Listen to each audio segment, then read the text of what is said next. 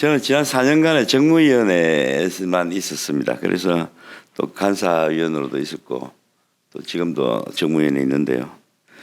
그런데 이게 전 금융 쪽이 상당히 여러 가지 문제점들이 많고 특히 소비자 보호나 아니면 뭐 특히 가상자산 요즘 또 플랫폼들 여러 가지 좀 새로운 개념들을 기존의 우리 금융 패러다임하고 다른 새로운 것들이 많이 나와가지고 점점 우리 생활하고 밀접해지고 있고 또 온라인 플랫폼 산업에 대해서 큰 관심을 가지고 있는 사람들도 많이 늘어나고 또 그와 아울러 우리 소비자 권익 보호라는 관점이 굉장히 중요한 화두로 대두되고 있습니다. 그래서 소비자 권익 보호를 위해서 제도 개선에 우리 국회도 발맞춰서 굉장히 관심을 가지고 노력하고 있다는 점을 우선 말씀드리고요. 그런 의미에서 오늘 이 토론회가 매우 뜻깊다. 저는 다시 한번 이렇게 말씀드리고 싶습니다. 현재 온라인 플랫폼 산업이 점점 더 활성화되면서 국민 편의성 또한 향상되고 있습니다. 그래서 저는 그 이면에는 온라인 플랫폼 사업자의 독과점, 그에 따른 지위 남용 이 문제가 아주 소상공인하고 소비자 피해로 나타나기 때문에 또 그 또한 증가하고 있고 또 우리 사회 또한 이것 때문에 여러 가지 갈등이 좀 점점 더 늘어나고 있는 것도 사실입니다. 정부도 이런 불공정 행위에 대해서 이걸 근절시키기 위해서 굉장히 많은 노력을 하고 있고요.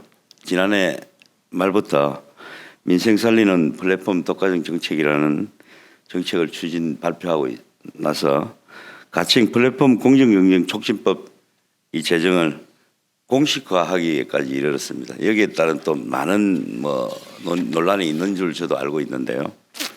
저는 온라인 플랫폼 사업자의 지나친 독과점 지위 남용 이 문제가 이걸 근절시키기 위해서 우리 이 플랫폼 공정화 공정경쟁 촉진법을 제정하는 목적과 취지 거기에 저는 100번 공감하고 있습니다. 다만 급변하는 온라인 플랫폼 산업 환경 속에서 공정한 경쟁을 해야 하는 이른바 독과점 지위 남용 행위에 대해서는 강력히 좀 제재를 하되 자유로운 혁신과 성장이라는 우리 소위 두 마리 토끼 이야기를 많이 하는데요.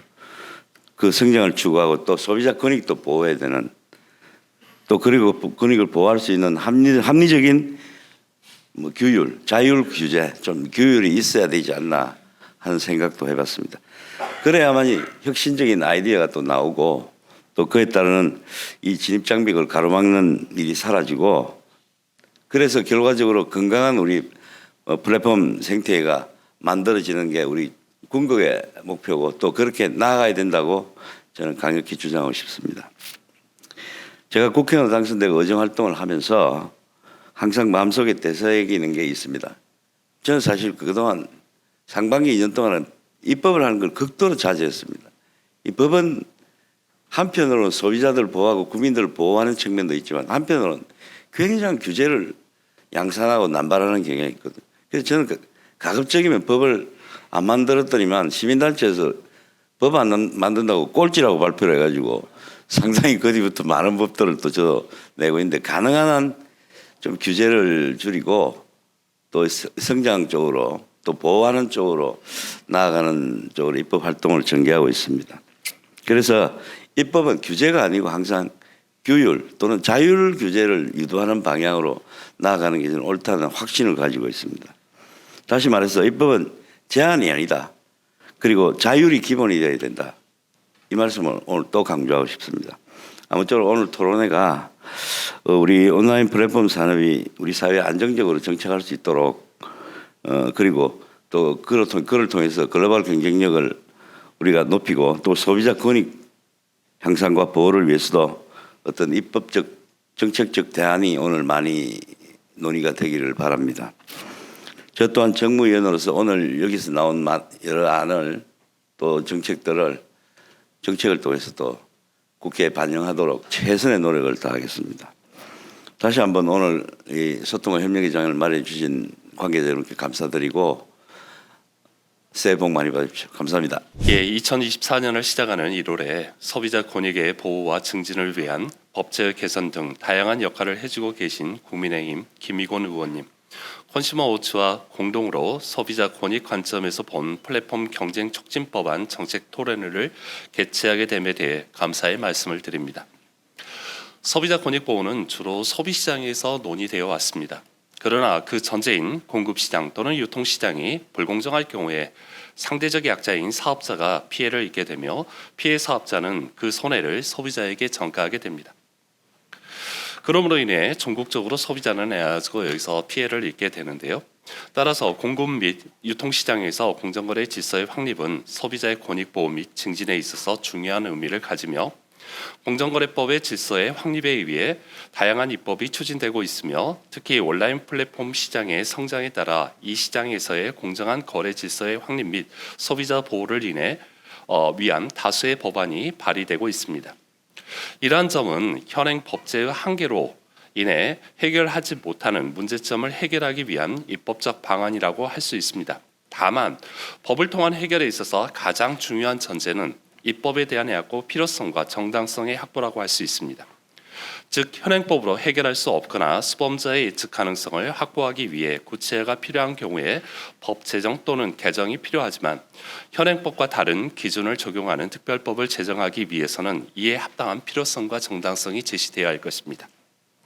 오늘 세미나는 온라인 플랫폼 시장에서의 공정한 거래 질서의 확립과 소비자 보호를 위해 발의된 온라인 플랫폼 독점 규제에 관한 법률안, 온라인 플랫폼 중개거래 공정화에 관한 법률안에 대해 소비자의 시각에서 그 필요성과 정당성을 논의하는 자리입니다. 발제를 맡아주신 컨슈머워치의 가근경 사무총장님께 깊은 감사의 말씀을 드립니다. 발제에 이어 아주대학교의 김상환 교수님의 사회로 단국대학교 정현승 교수님, 부산대학교의 김현수 교수님, 부산대학교 주진열 교수님, 한국온라인쇼핑협회 김윤태 부의장님, 산업통상자원부 김정기 과장님의 토론이 이루어집니다. 바쁘신 와중에도 오늘 세미나에 발제, 사회 및 토론을 맡아주신 모든 분들께 감사의 말씀을 드립니다. 오늘의 논의가 급속히 변화 및 발전하고 있는 온라인 플랫폼이 공정한 거래의 장이 되어 소비자 권익을 한층 더 보호 및 증진할 수 있는 계기가 되기를 기원합니다. 마지막으로 이 자리에 함께해 주신 김의곤 의원님과 참석해 주신 모든 분들께 깊은 감사의 말씀을 드리며 개회사를 마치도록 하겠습니다. 감사합니다. 이 온라인 법은 사실은 학술적 근거가 없이 전 추진됐다라고 생각이 됩니다. 독점에 관한 여러 가지 이론들은 19세기에 한계 생산 체감의 법칙과 그리고 이 자본주의가 기득권의 집중화 현상을 가속화시킬 거라고 하는 선동에 의해서 공론화되기 시작을 했습니다. 20세기 들어서 미제스나 또는 댐세스나 여러 사람들의 이론적 연구 결과에 의해서 독점 자체가 문제가 아니다라고 하는 그러한 공론이 이미 학계에 퍼져 있음에도 불구하고 이것이 법제화되지 못하고 또 오히려 공정거래법은 점점 그 학계의 이론적 성과와는 반대 방향으로 지금 진행되고 있지 않는가 생각을 합니다. 이 플랫폼 사업은 어떻게 보면 이 규모의 경제가 있는 그러한 기술적 상황에서 과연 독점을 규제할 필요가 있느냐 하는 그런 논의가 있을 수밖에 없고 온풀법에서 얘기하고 있는 여러 가지 사회 지배적 사업자의 남용 행위 자체도 사실은 그것이 소비자에게 피해를 주고 있는지조차도 사실 명확하지 않은 그런 상황입니다.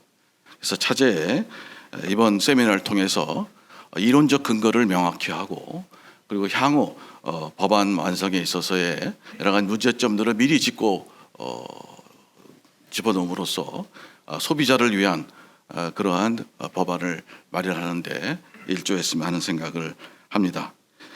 저희 컨슈머워치는 소비자 권익을 위해서 수년간 활동하는 단체로서 이번 온풀법에 대해서 국민적 공감대를 형성하기 위해서 국민 서명 운동을 벌인 바도 있습니다.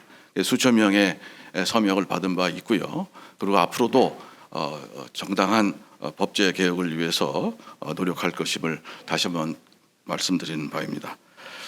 이번 세미나가 아무쪼록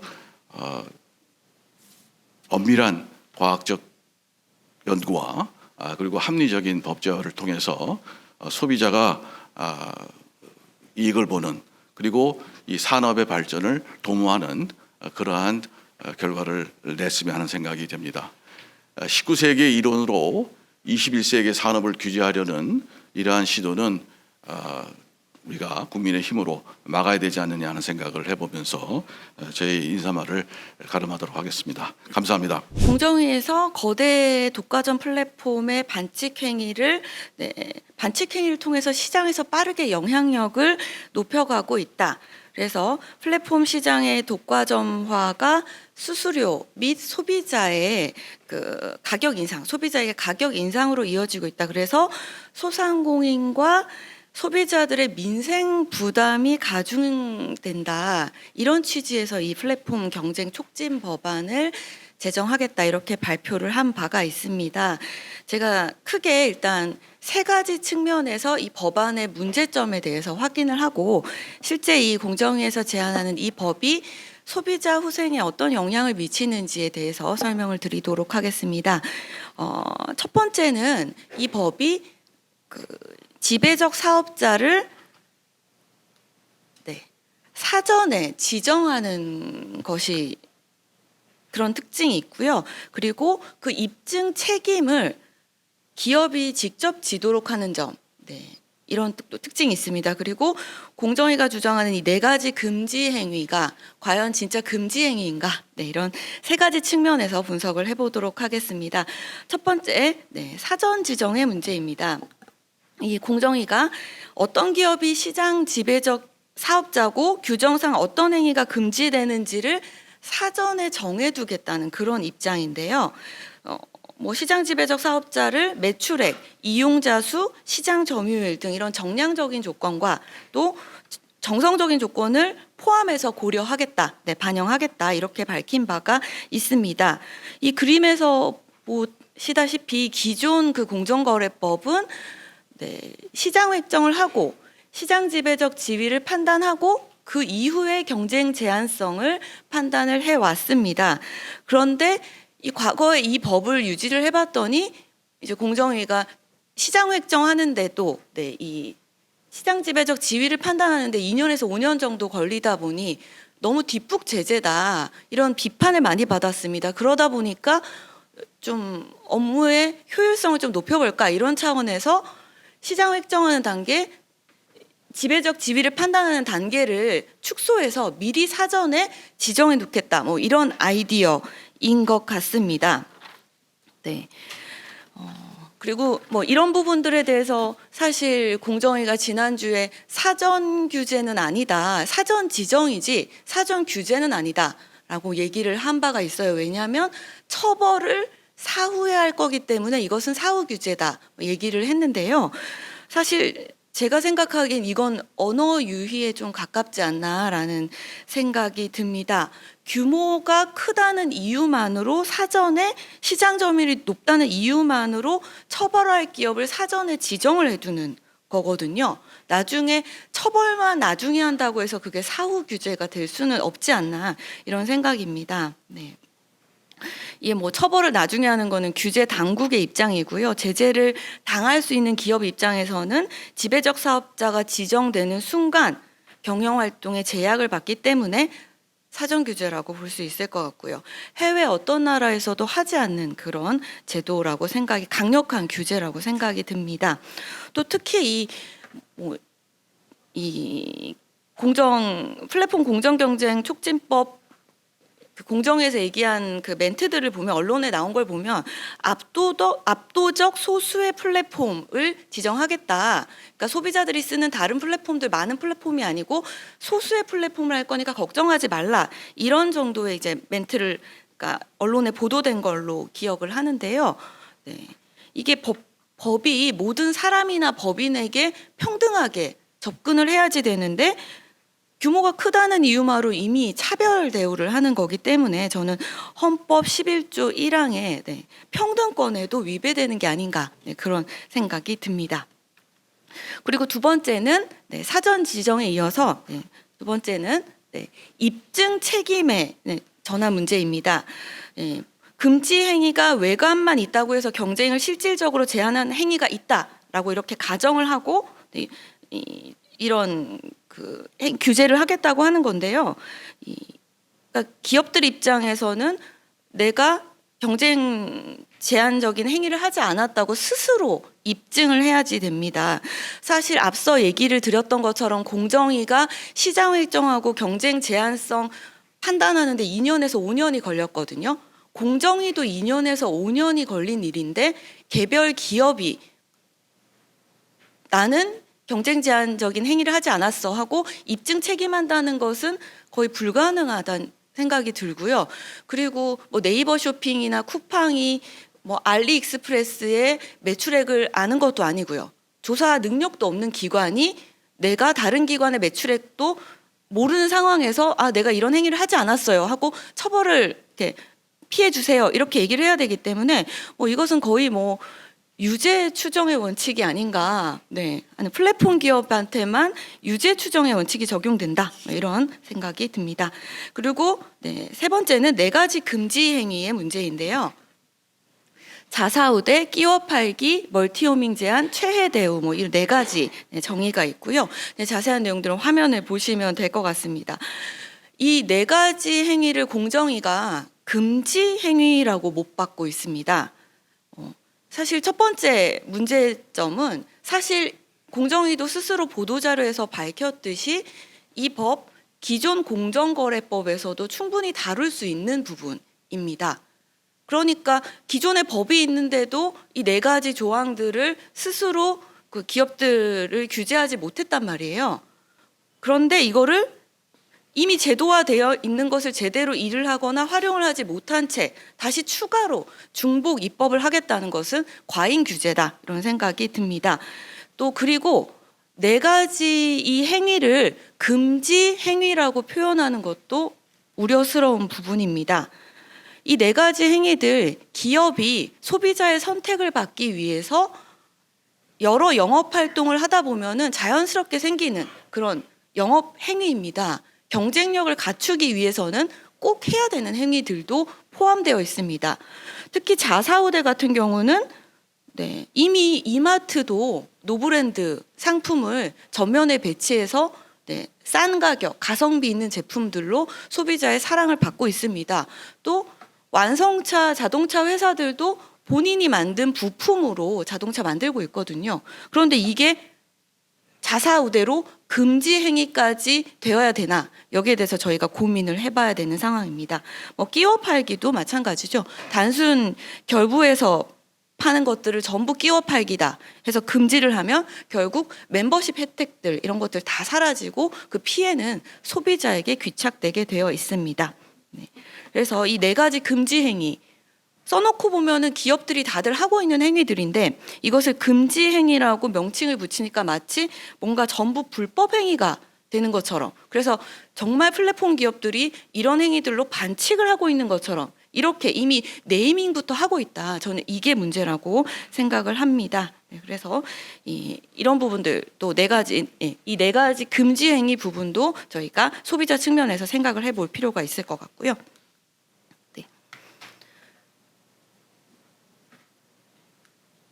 플랫폼 경쟁 촉진법 시행에 따른 소비자 영향 두 번째로 살펴보도록 하겠습니다. 당연히 소비자 후생 감소합니다.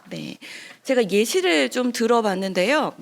이 쿠팡 로켓 배송, 곰곰 상품 이런 것들이 물론 언론에서는 최근 쿠팡까지 언급이 쿠팡까지는 안 할 거다 이런 정도의 보도가 되고 있는데 오늘 또 청중분들도 있고 예시를 이해를 돕기 위해서 저희가 설명을 개별 기업 사례로 설명을 드려보도록 하겠습니다.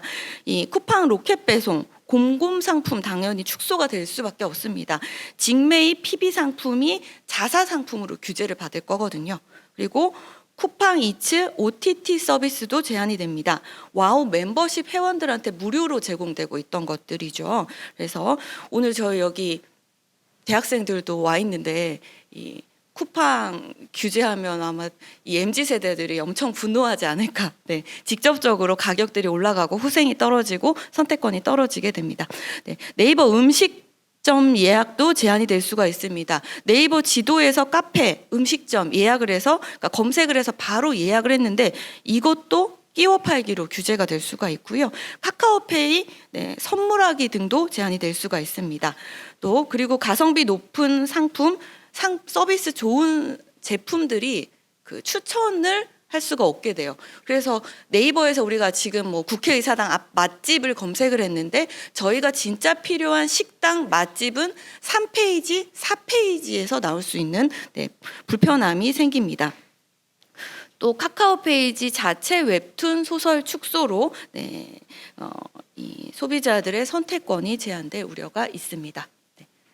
물가도 당연히 올라갑니다. 네. 이 카카오티 블루나 블랙 등은 이제 프리미엄 서비스가 저희가 소비자들이 일정 비용을 내고 쓰고 있는데요. 이런 것들이 불가능하게 되면은 현재 카카오 택시가 지금 무료로 제공하고 있는 일반 택시도 가격을 부과할 수밖에 없을 것 같고요. 플랫폼에서 자체 PB 상품 홍보하는 것들도 금지가 되면 PB 상품 당연히 축소가 되겠죠. 소비자들이 원하는 가성비 있는 제품들이 시장에서 사라질 수가 있습니다. 네, 또 그 특정 이 플랫폼이 특정 업체와 프로모션 제휴해서 독점 판매하던 것들도 사라져서 물가가 올라갈 수가 있고요. 네이버 페이 서비스에서 이 네이버와 제휴되어 있던 여러 금융권들 낮은 금리를 제공해 왔었는데 이런 것들도 네, 사라질 우려가 있습니다. 뭐 네이버 웹툰, 뭐 클라우드, 티빙 무료 방송 이런 것들 제공했던 네이버 멤버십이나 쿠팡 와우 멤버십 이런 다양한 혜택도 끼워 팔기로 네, 규제를 받을 수가 있다고 생각이 듭니다. 그래서 이상으로 이제 제가 법에서 문제가 이 플랫폼 공정거래법이 문제가 되는 법률적인 측면에서 세 가지 살펴봤고요. 소비자 후생이 문제가 된다라는 점을 발표를 드렸습니다. 네. 결론을 말씀을 드리면 네. 이 공정위의 플랫폼 경쟁 촉진법은 이름은 경쟁 촉진법인데 저는 경쟁을 보호하는 것이 아니라 경쟁자를 보호하는 법이라고 생각이 듭니다. 플랫폼 기업 간의 공정한 경쟁을 촉진하는 것이 아니라 플랫폼 기업에 입점하는 소상공인들이나 자영업자들 혹은 거대 플랫폼과 경쟁해서 질 수 있는 중소 플랫폼들을 보호하는 경쟁자를 보호하는 정책이라고 생각이 듭니다. 네. 결론부터 얘기하면 저희 컨슈머워치가 10여 년째 계속 이야기하고 있습니다. 대형마트 유통 규제 풀어달라고. 네, 뭐 최근에 지금 그 규제가 풀렸죠. 이 대형마트 유통 규제 법과 똑같은 결론이 될 거다. 그런 결론이 나올 거다라고 생각이 들고요. 10년 후에 최근에 대형마트 유통규제법이 국민들이 제일 사라져야 될 법 1위로 뽑혀서 지금 정부가 적극적으로 추진을 하고 있잖아요. 네, 몇 년 후에는 이 법이 소비자들이 제일 싫어하는 꼭 사라져야 되는 법 1위로 네, 뽑힐 우려가 있다고 생각이 듭니다. 대형마트 유통규제 생각을 해보면 이것도 마찬가지거든요. 경쟁자를 보호하는 법이었습니다. 소상공인이나 전통시장을 보호하는 법이었는데요. 결론은 실패했습니다. 왜냐? 소비자들이 전통시장이나 소상공인을 선택하지 않았거든요. 결국은 아무리 규제를 만들어도 소비자들이 지갑을 열리게 만들지 않으면 어떤 시장에서도 살아남을 수가 없습니다. 아무리 경쟁자를 보호해도 그 법은 계속 실패할 수밖에 없는 법이라고 생각이 듭니다. 네.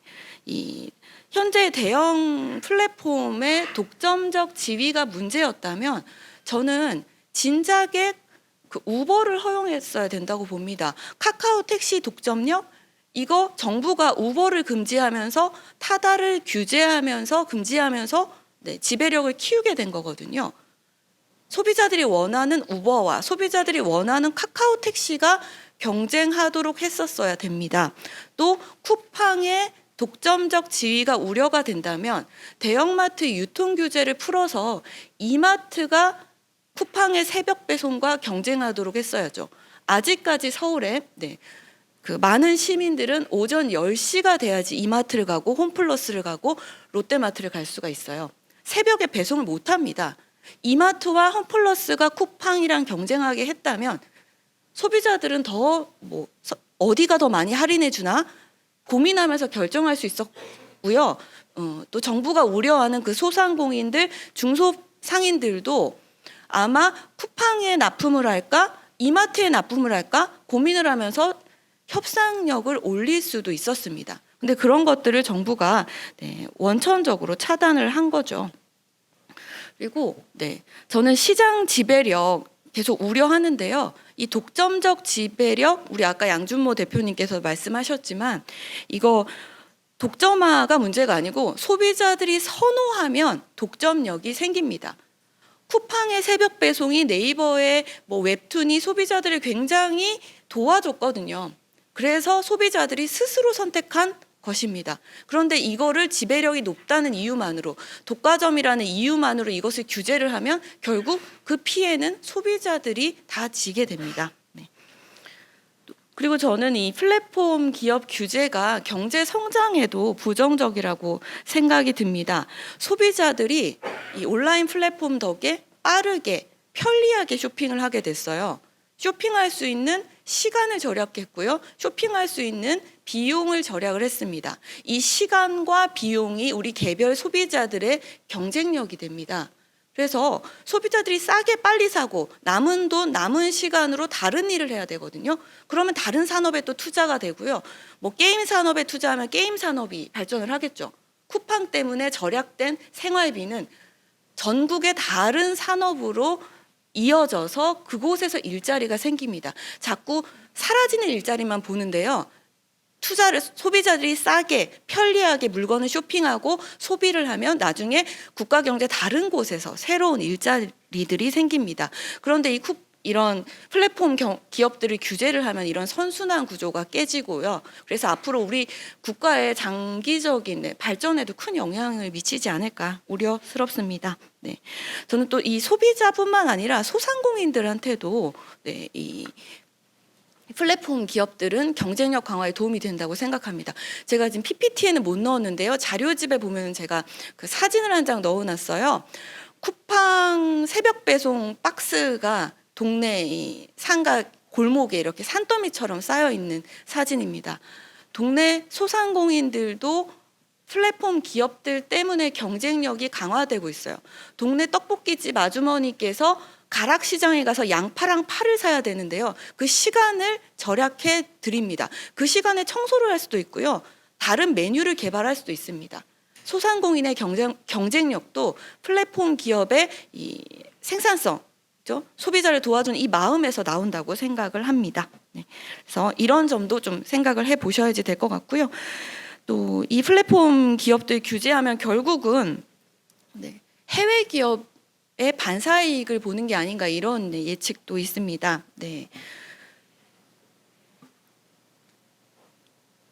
그렇죠?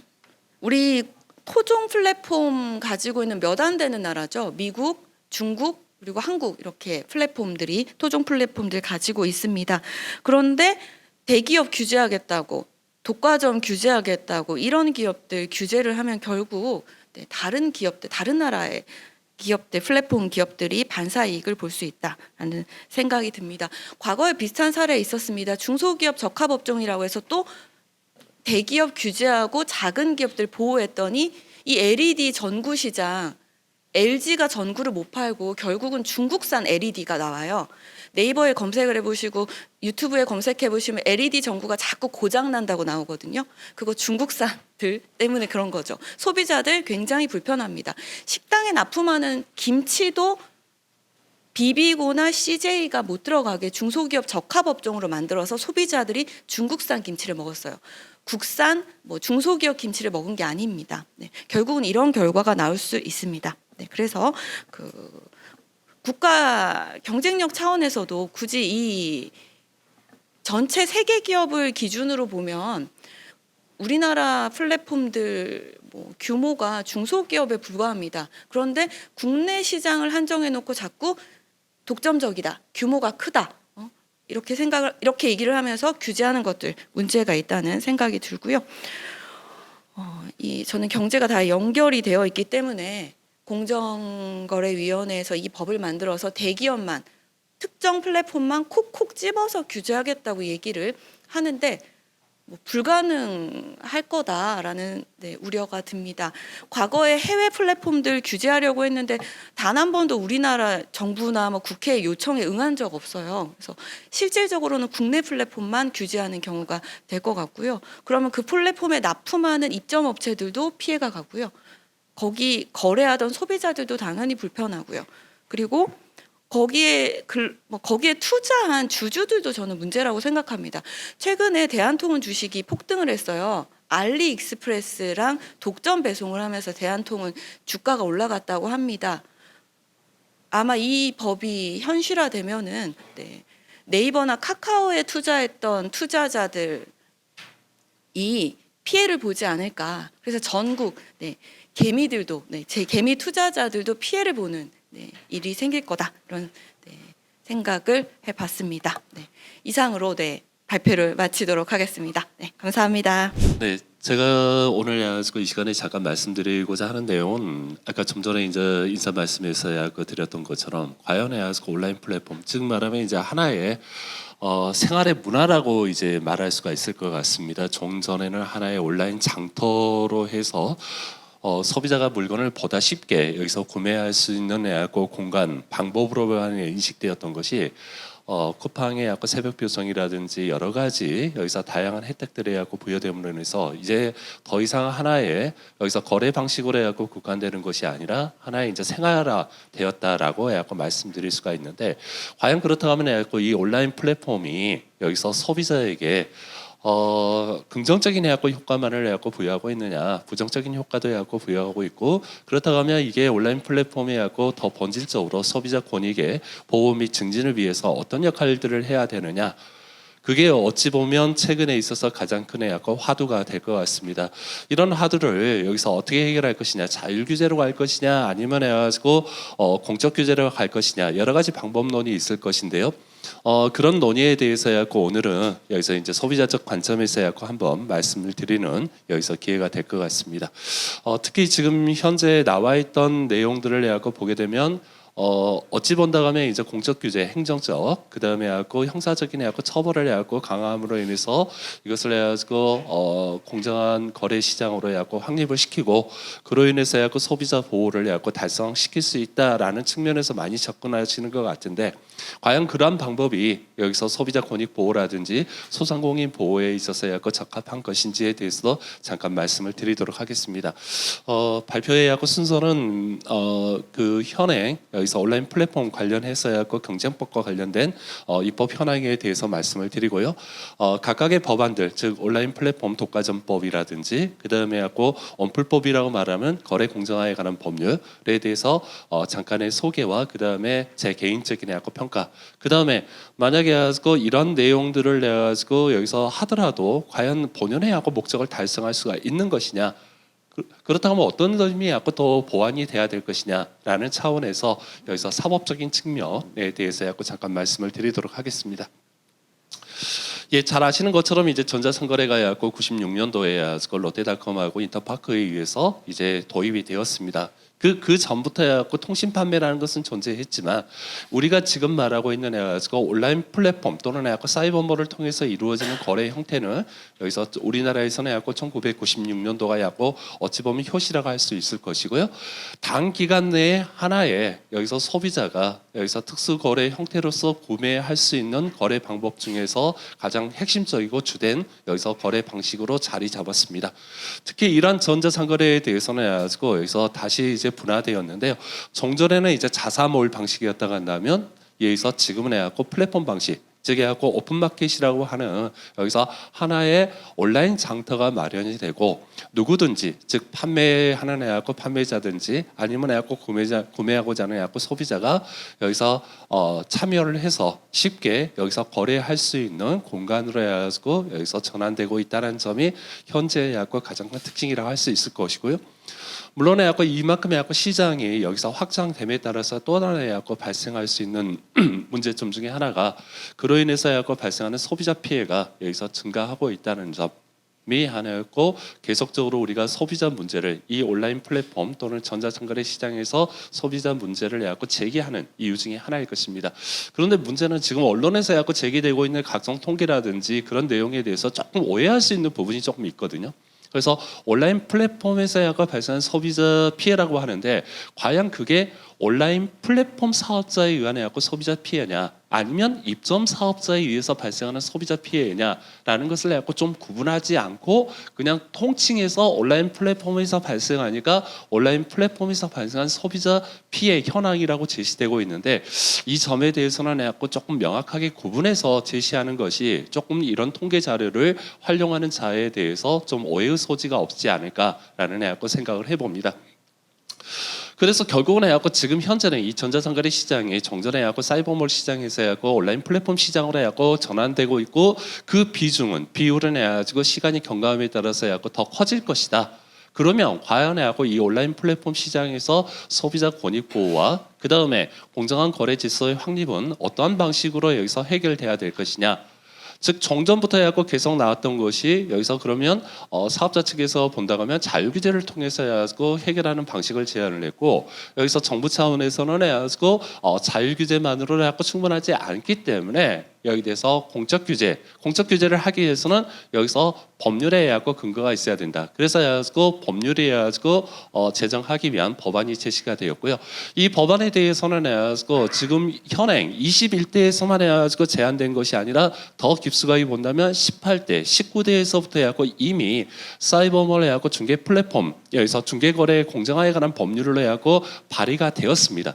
근데 그때 당시에는 해갖고 온라인 플랫폼이 이렇게 해갖고 확장이 되지 않았기 때문에 관심을 못 받고 당연히 해갖고 회기 만료로 자동 폐기되었던 그런 해갖고 예가 있었거든요. 그게 21대에 들어오면서 이제 온라인 플랫폼 시장이 성장하고 그래서 해갖고 거기에 입점 사업자와 소비자 간에 해갖고 다양한 문제들이 해갖고 발생함에 따라서 이제 각광을 받게 되옵니다. 그래서 이제 정부라든지 국회에서 해갖고 법안이 해갖고 발의된 것은 해갖고 여기서 21대에서 해갖고 굉장히 그 법안 발의가 활성화가 되고요. 첫 번째로 제기되었던 것은 해갖고 원풀법이라는 온라인 플랫폼 공정거래에 관한 해갖고 법률이 해갖고 먼저 다수 해갖고 제기가 됩니다. 그런데 이것만으로는 이제 또 되지 않기 때문에 역시 해가지고 지금 보고자 하는 해갖고 온라인 플랫폼 독점규제법이라고는 해가지고 여기서 경쟁촉진법이라는 법안이 해갖고 다시 해갖고 발의되는. 그래서 지금 현재는 해갖고 크게 두 가지 해갖고 법안이 국회에 해갖고 발의되어 있습니다. 하나는 여기서 공정거래법상에 해갖고 불공정거래 행위에 대한 해갖고 특집 규정으로서 해갖고 원풀법안하고요. 그 다음에 여기서 시장 지배적 사업자 남용 행위를 규제하는 독과점 금지법에 대한 여기서 특별법을 해가지고 여기서 지금 발의되어 있는 상황입니다. 예, 지금 현황을 보시게 되면 지금 온라인 플랫폼 시장에서 불공정거래 일명 해가지고 원풀법이라고 말하는 해가지고 법안이 굉장히 몇 개 정도 해가지고 발의되어 있는 상황이고요. 그게 해가지고 2000년대부터 시작해서 해가지고 최근까지 여기서 발의가 되어 있던 내용입니다. 그 다음에가 바로 해가지고 지금 말씀드리고자 하는 온라인 독점 규제법안이 해가지고 22년부터 해가지고 23년 여기 대해서 즉 아까 원풀법안이 해갖고 어찌 보면 온라인 플랫폼 시장에서 공정거래에 관한 해갖고 법률 안으로 해갖고 제안이 되었던 1기의 시대라고 한다고 하면 어찌 보면 해갖고 2기 시대 즉 2022년도부터는 해가지고 여기서 시장 지배적 여기서 사업자를 해가지고 여기서 규제하는 방식의 해갖고 법안으로 해가지고 여기서 이제 발의가 되는 여기서 형태가 됩니다.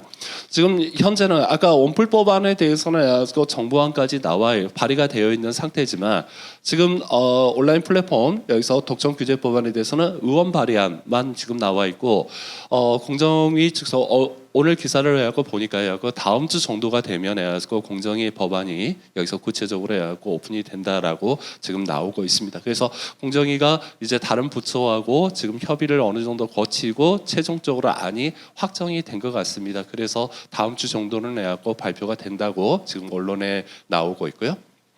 자, 그러면 이 온라인 플랫폼 먼저 해갖고 독점 이런 법안들이 크게 본다고 하면 언플법하고 온라인 독과점 해갖고 규제 법안하고 두 가지가 있는데 이런 먼저 해갖고 먼저 살펴볼 것은 해갖고 여기서 경쟁 촉진법 에 관한 내용들을 해갖고 잠깐 보게 된다면 다른 해갖고 지금 말씀드리기가 시간 관계상 어렵기 때문에 가장 대표적으로 가장 최근에 발의된 박주민 의원안을 중심으로 해갖고 잠깐 말씀을 드리겠습니다. 그래서 제안 이유를 보게 되면 디지털 시장 시대에서 온라인 플랫폼의 영향이 커지면서 대형 플랫폼의 독과점적 지위를 이용한 불공정 행위로 인하여 시장의 경쟁을 저해하고 이용자 권익을 해갖고 해야 하는 피해가 발생하고 있기 때문에 이 시장 에서 독과점 금지, 독과점 사업자의 여기서 그런 불공정한 행위를 여기서 규제하고 그로 인해서 공정거래 질서의 확립 이를 통해서 궁극적으로는 해갖고 소비자 권익을 해갖고 보호하고자 하는 취지를 제시를 하고 있습니다.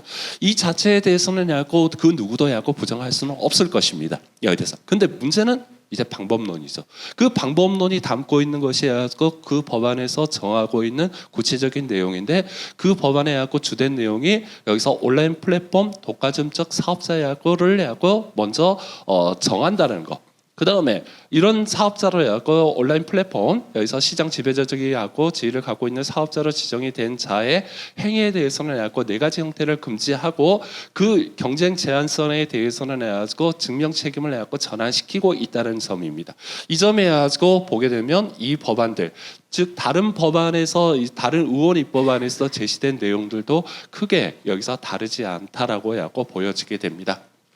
여기에 대해서 그렇다고 하면 여기에 대해서 자 과연 해가지고 지금 여기서 이렇게 해가지고 하는 것이 여기서 필요한 것이냐 즉 우리가 해갖고 법을 해갖고 제정을 해서 규율을 하겠다면 먼저 해갖고 규율의 필요성 타당성이 해갖고 충분히 제시가 돼야 되고요 그 다음에 두 번째로 해갖고 현행법으로 이걸 해결할 수 없느냐 즉 현행법이 가지고 있는 해갖고 여러 가지 한계들 때문에 지금 현행법을 통해서 그런 문제들을 해갖고 해결할 수 없으므로 이런 법들을 해갖고 제정 또는 개정을 해서 여기 대해서 그런 문제를 해갖고 해결해야 된다라는 것이 해갖고 법 제정과 해갖고 개정해갖고 가장 기본이라고 볼 수가 있는 것이죠.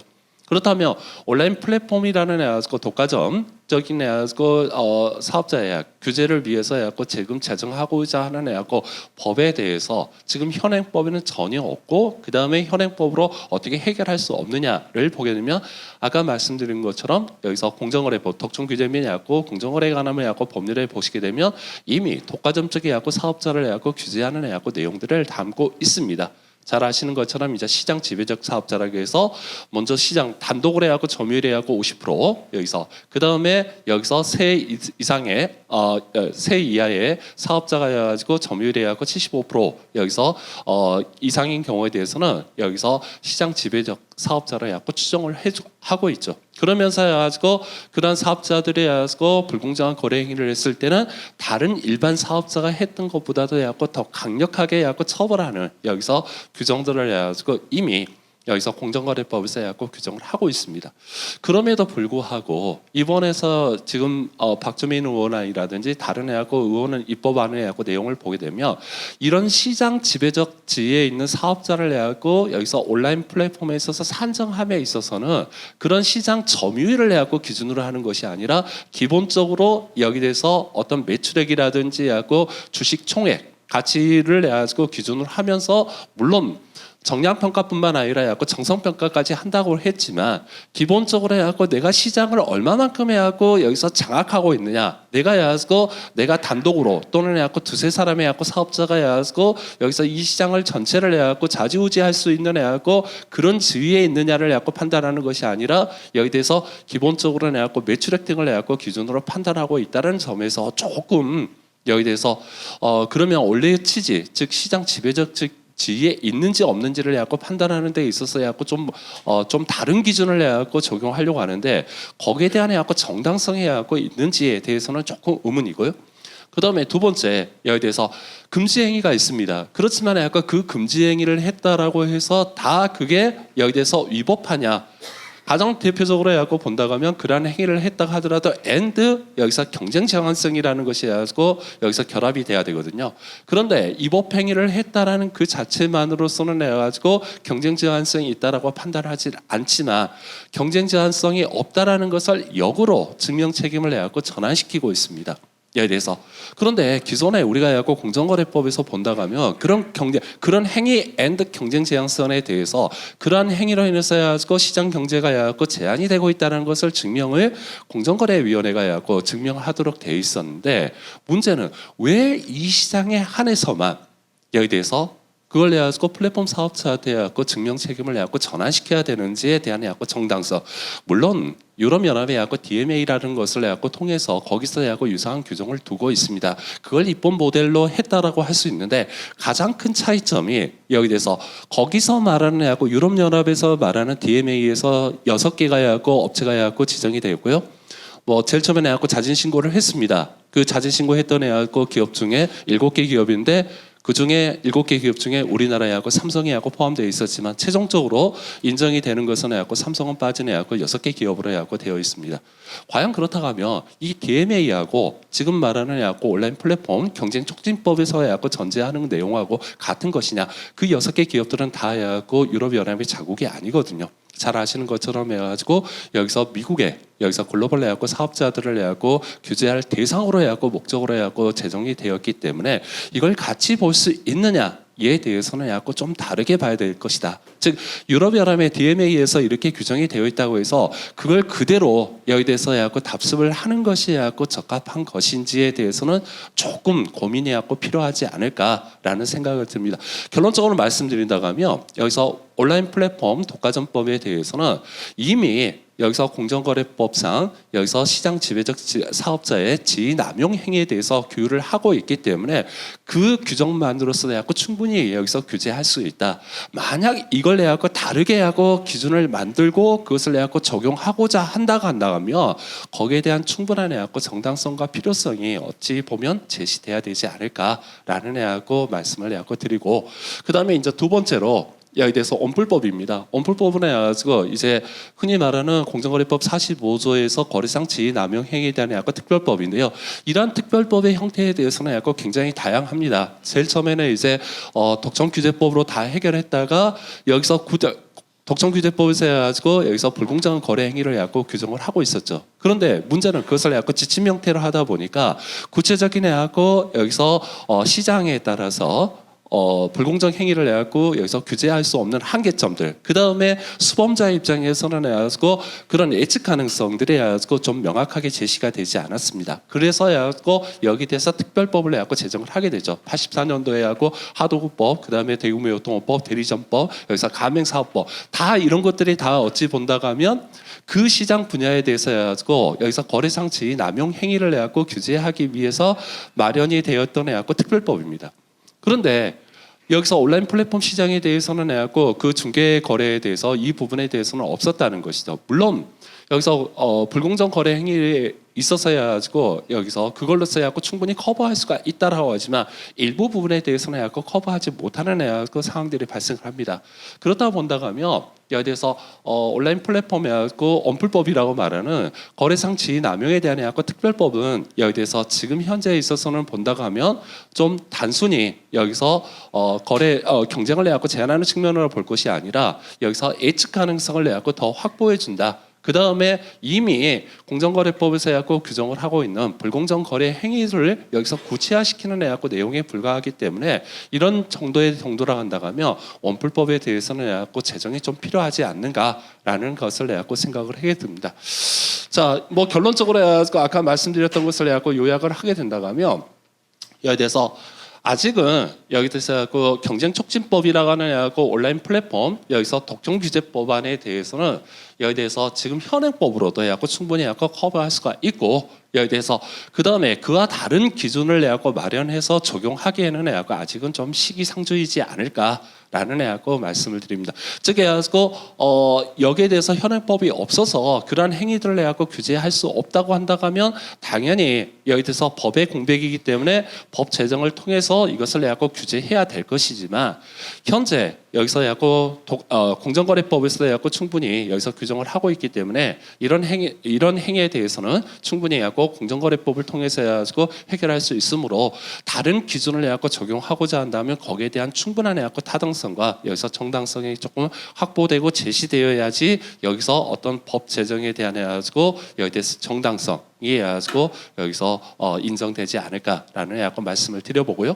그 다음에 여기서 언풀법안에 대해서는 해가지고 여기서 이미 45조에서 여기서 규정하고 있는 해갖고 거래상지 남용 행위에 대한 해갖고 구체화이기 때문에 그 다음에 꼭 필요한 내용들을 내갖고 담고 있기 때문에 여기 대해서 언풀법 안 정도는 여기 대해서 지금은 제정을 해갖고 좀 추진해서 이 시장 내에서 어느 정도의 입점 사업자와 플랫폼 사업자의 관계도 해갖고 정립할 필요가 있다. 근데 가장 해갖고 중요한 건 뭐냐? 여기 대해서 그것도 언풀법도 해갖고 공정거래법이기 때문에 그 내용을 보게 되면 다 규제와 그 다음에 제재로 이렇게 구성되어 있습니다. 그러다 보니까 문제는 그런 피해를 입었던 해갖고 입점 사업자가 여기에 대해서 구체적으로 해갖고 사법적으로 해갖고 어떻게 구제를 받을 것이냐. 즉 물론 해갖고 손해배상 책임에 대한 특칙을 해갖고 두고 있지만 모든 것이 해갖고 손해배상만으로 여기에 대해서 해결될 것이냐 되지 않는다는 것이죠. 그렇기 때문에 계약법적인 관점에서 이 문제를 어떻게 해결할 것인가를 해갖고 반드시 해갖고 다뤄야 된다. 그게 해갖고 사법적 규율이고요. 그 다음에 이런 사법적 규율이 해갖고 들어가야만이 여기서 해외 사업자에 대한 해가지고 규제도 여기서 같이 병행할 수가 있습니다. 즉 물론 공정위 측면에서 해가지고 공정거래위원회에서는 해갖고 해외 사업자에 대해서 해갖고 규제를 하고 있습니다만은 지금 여기서 말했던 것처럼 국내 사업자하고 동등한 수준에 있어서 모든 해외 플랫폼 사업자에 대해서 규제할 수 있을 것이냐? 거기에 대해서는 해갖고 물음표를 해갖고 찍을 수밖에 없을 것이고 그렇다고 한다면 이걸 실질적으로 해갖고 구현할 수 있는 방법은 여기에 대해서 입점 사업자가 해외 사업자를 통해서 해가지고 자신의 권리를 해갖고 구제받을 수 있는 방법을 해갖고 마련해 줘야 된다는 거죠. 그걸 위해서라도 어떻게 된다? 여기에 대해서 사법적인 해갖고 규율이 해갖고 필요하게 된다는 것이죠. 그런 사법적 규율이 들어가고 그 다음에 여기서 또 하나 해갖고 가장 효과적인 방법은 여기서 물론 해갖고 실효성에 대해서 해갖고 물음표를 해갖고 던질 수도 있겠지만. 가장 중요한 것은 플랫폼 자체에 대해서 해갖고 자율 규제. 그 다음에 플랫폼 자체가 아니라 해갖고 플랫폼을 해갖고 포함을 해서 모든 민간이 해갖고 다 참여하는 그런 해갖고 자율 규제 기관을 만들어서 해가지고 여기서 플랫폼 행위에 대해서 해갖고 규제하는 방법에 대해서 필요하다. 어찌 보면 해갖고 좁은 의미의 해갖고 자율 규제와 넓은 의미의 자율 규제를 다 포함하는 해갖고 개념인데 이게 법적인 근거가 없게 된다고 하면 이걸 참여했던 기업하고 참여하지 않았던 기업하고 해갖고 여기 대해서 참여했던 기업만 여기에 대해서 더 강한 규제를 받게 됨으로써 여기에 대해서 참여를 하지 않게 됩니다. 따라서 이걸 해갖고 명확하게 만들기 위해서는 해갖고 법적인 근거를 해갖고 마련해야 될 것이다. 그래야지 참여해서 적극적으로 해갖고 자율 규제하는 기업들한테 여기에 대해서 인센티브를 해갖고 부여할 수 있는 여기서 해갖고 근거가 마련돼야 될 것이고요. 그리고 이제 조금 시간이 지났습니다만 마지막으로 드릴 수 있는 방법은 오늘 해갖고 내용을 보게 되면 소비자 권익 관점에서 본 것입니다. 그러면 소비자 권익 관점에서 이 플랫폼 시장을 해갖고 어떻게 해야 되느냐 가장 해갖고 언급되지 않는 부분만 말씀드리면서 마치도록 하겠습니다. 온라인 플랫폼 시장에서 해갖고 소비자의 해갖고 권익이 보호되고 해갖고 증진되려고 하면 지금 말씀드렸던 것은 해갖고 간접적인 해갖고 법들이거든요. 직접적인 법이 해갖고 전상법입니다. 근데 전상법은 지금 손 안 대고 계속 왜 여기서 경쟁법만 여기 대해서 하고 다루고 있는지에 대해서는 조금 여기서 소비자적인 관점에서 본 입장에서 본다고 하면 가장 핵심적으로 그 다음에 시급하게 다뤄야 될 내용은 여기서 마지막으로 전상법에 갖고 전부 개정이 빨리 시급하게 이루어져서 이 플랫폼 시장에서 발생하는 소비자 문제에 대해서도 해갖고 법적으로 해결할 수 있는 근거가 해갖고 조속히 마련되기를 여기서 바라면서 이상으로 발표를 마치도록 하겠습니다. 감사합니다. 앞서서 이제 그 두 분의 발표도 있었고요. 저희가 그 앞에 이제 지금 자리에 안 계십니다만 그 김익원 의원님도 말씀을 하셨지만 이 의원 입법 이게 이 지금 만약에 오늘의 이제 주제인 플랫폼 경쟁 촉진 법안 이거를 이제 어떻게 뭐 어떤 분들은 경촉법이라고 얘기하고 어떤 분은 플랫폼법이라고 얘기를 하시는 것 같은데 이제 뭐 그냥 줄여서 플랫폼법이라고 하겠습니다. 플랫폼법이 아마 이 법안이 된다면 이제 의원 입법으로 추진될 가능성이 굉장히 높다고 봅니다. 근데 제가 이제 또 뭐 이것저것 맡고 있는 게 많은데 또 달리 맡고 있는 게 규제개혁위원입니다. 근데 일반적으로 정부 입법의 경우에는 그 규제개혁위원회를 통과를 해야 하기 때문에 아주 이제 엄밀한 심사를 받는 반면에 의원 입법의 경우에는 이렇게 여론 수렴 과정을 통해서 국회의원들께 직접적으로 어떤 의견을 제시하지 않으면 그것이 그 걸러질 방법이 없습니다. 그래서 오늘의 행사가 그런 측면에서는 그런 여러 그 이 움직임 그런 행사의 하나로서 굉장히 의미가 있다고 봐지고요. 오늘 다양한 내용들이 이제 나와서 이 법안이 과연 필요한 것인지 그리고 만약 필요하다면 어떤 내용이 들어가야 되는지 이런 거에 대한 다양한 의견을 수렴하면 좋겠습니다. 그 앞서 두 분이 그 발표를 해주신 내용을 보면 이제 곽은경 사무총장님은 주로 소비자의 입장에서 여러 가지 방면에 이 판단해봤을 때 이 플랫폼법이 과연 필요한 것이냐라는 이제 문제 제기를 해주셨고요. 상당히 비판적으로 봐주셨고, 그 다음에 이제 그 소비자법학회 고영석 교수님께서는 뭐 플랫폼법 자체에 대해서는 상당히 좀 비판적으로 말씀을 해주셨고요. 오히려 이제 그거보다는 그 과거에 그보다 더 전에 그 논의가 됐던 온플법에 대해서 좀 긍정적으로 말씀을 하시고 전자상거래법이나 이런 부분을 개정하면서 그런 내용들이 좀 들어가야 되지 않느냐 이런 말씀을 해주셨는데요. 오늘 주제가 플랫폼법이니만큼 토론은 주로 이제 플랫폼법에 국한해서 말씀을 나누는 걸로 하고 혹시 나중에 기회가 있다면 그런 뭐 다른 어떤 요소에 대해서도 이제 말씀을 나누는 걸로 하겠습니다. 지금 추진되는 법안에 대해서 이제 많은 우려가 있는 것 같고요. 뭐 당사자인 플랫폼 기업들은 당연히 이제 걱정들이 많을 거고, 이제 소비자 입장에서는 저희는 뭐 이 법을 소비자가 좋아할 거라고 생각할 수도 있는데, 오늘 이제 발제자께서는 이제 소비자 관점에서도 우려되는 부분들 많이 지적해 주셨고요. 저같이 이제 정책 연구하는 사람 입장에서는 이제 기업의 측면 그리고 소비자 측면 포함해서 좀 더 뭐 종합적으로 다양한 측면에서 이제 들여다보고 있는데, 뭐 굉장히 많은 문제점들이 있어서 얘기를 하려면 뭐 몇 시간이고 제가 얘기할 수 있을 것 같은데 5분 만에 얘기를 해야 돼서 좀 급한 마음입니다. 네, 일단 토론문대로 이제 말씀을 드리면, 그 이제 지난주에 이거에 대해서 이제 공정위 사무처장께서 여기 토론문에 사무총장이라고 되어 있는데 못합니다. 사무처장께서 이제 언론 인터뷰하신 내용이 있어요. 이게 이제 공정위가 계속 보도자료도 내고 뭐 인터뷰도 계속 하고 있는데, 이게 이제 가장 최근 거라서 이거를 기준으로 좀 말씀을 드리면, 여기 이제 인터뷰에서 이제 질문이 뭐였냐면은 이게 반대 여론도 많은데 이거를 굳이 추진하는 이유가 뭐냐 이렇게 이제 질문을 하니까, 이제 공정위에서 설명이 플랫폼 독과점화가 굉장히 빠르게 진행이 되고 있는데 이걸 공정위가 조치를 취하지 않으면 경쟁 질서를 회복하기 어렵기 때문에 이게 이제 이 법이 필요한 이유다 이렇게 설명을 하고 있어요. 근데 이제 이게 처음에 들으면 뭐 그럴듯한 얘기인데, 근데 이제 우리나라 시장의 현실을 보면 이제 그냥 우리가 말로 하는 거랑 실제 현실의 근거들을 보면 이제 큰 차이가 있다는 거죠. 그래서 예를 들어 유통시장, 온라인 플랫폼 시장, 유통시장을 보면 이제 우리나라 플랫폼 시장 중에서 거래량이 제일 크고 제일 대표적인 플랫폼 시장이라고 보겠죠. 그래서 온라인 유통시장을 보면 역사가 한 20년 조금 잘 아시다시피 조금 넘었는데, 뭐 긴 역사라고 보실 수도 있겠지만 다른 산업이랑 비교하면 굉장히 짧은 역사입니다. 20년의 아주 짧은 시간의 역사를 갖고 있는 산업인데, 그 1위 사업자가 옥션에서 인터파크, 여기 이제 오타입니다. 토론을. 옥션에서 인터파크, 지마켓, 네이버 쿠팡 이렇게 차례대로 계속 변해왔고요. 짧은 시간 동안에 1위 사업자 계속 변했습니다. 그리고 여기는 또 11번가 같은 경우는 뭐 1위 사업자가 된 적은 아마 없지만 거의 막 치고 올라와서 1위에 근접했던 기간도 상당히 있었고요. 지금은 이제 중국 업체들이, 중국 플랫폼들이 막 되게 공격적으로 들어와서 뭐 쿠팡이나 네이버도 굉장히 긴장하고 있는 상황이고, 그래서 누가 보더라도 이 시장이 과연 공정위가 얘기하는 대로 쏠림이 발생해서 경쟁을 회복하기 어려운 상황으로 가고 있느냐, 아무런 근거가 없는 얘기를 이제 공정위가 하고 있는 거고요.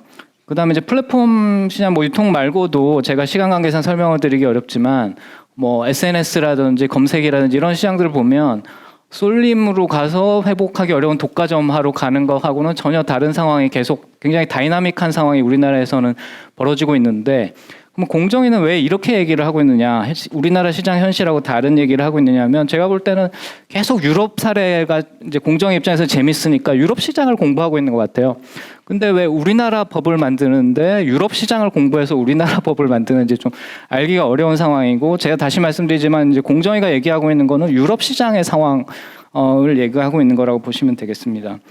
그리고 이제 그 같은 인터뷰에 보시면 그 이제 또 질문이 뭐였냐면은 뭐 이렇게 뭐 좀 과도한 법이 아니냐, 좀 그렇게 질문하니까 아 이거 별거 아니다 이런 식으로 설명을 하면서, 아까도 이제 발제자께서 설명하신 네 가지 뭐 금지행위라는 거는 이제 법적인 용어인 것 같고, 우리 반칙행위라는 좀 레토릭 그런 용어를 쓰는데요.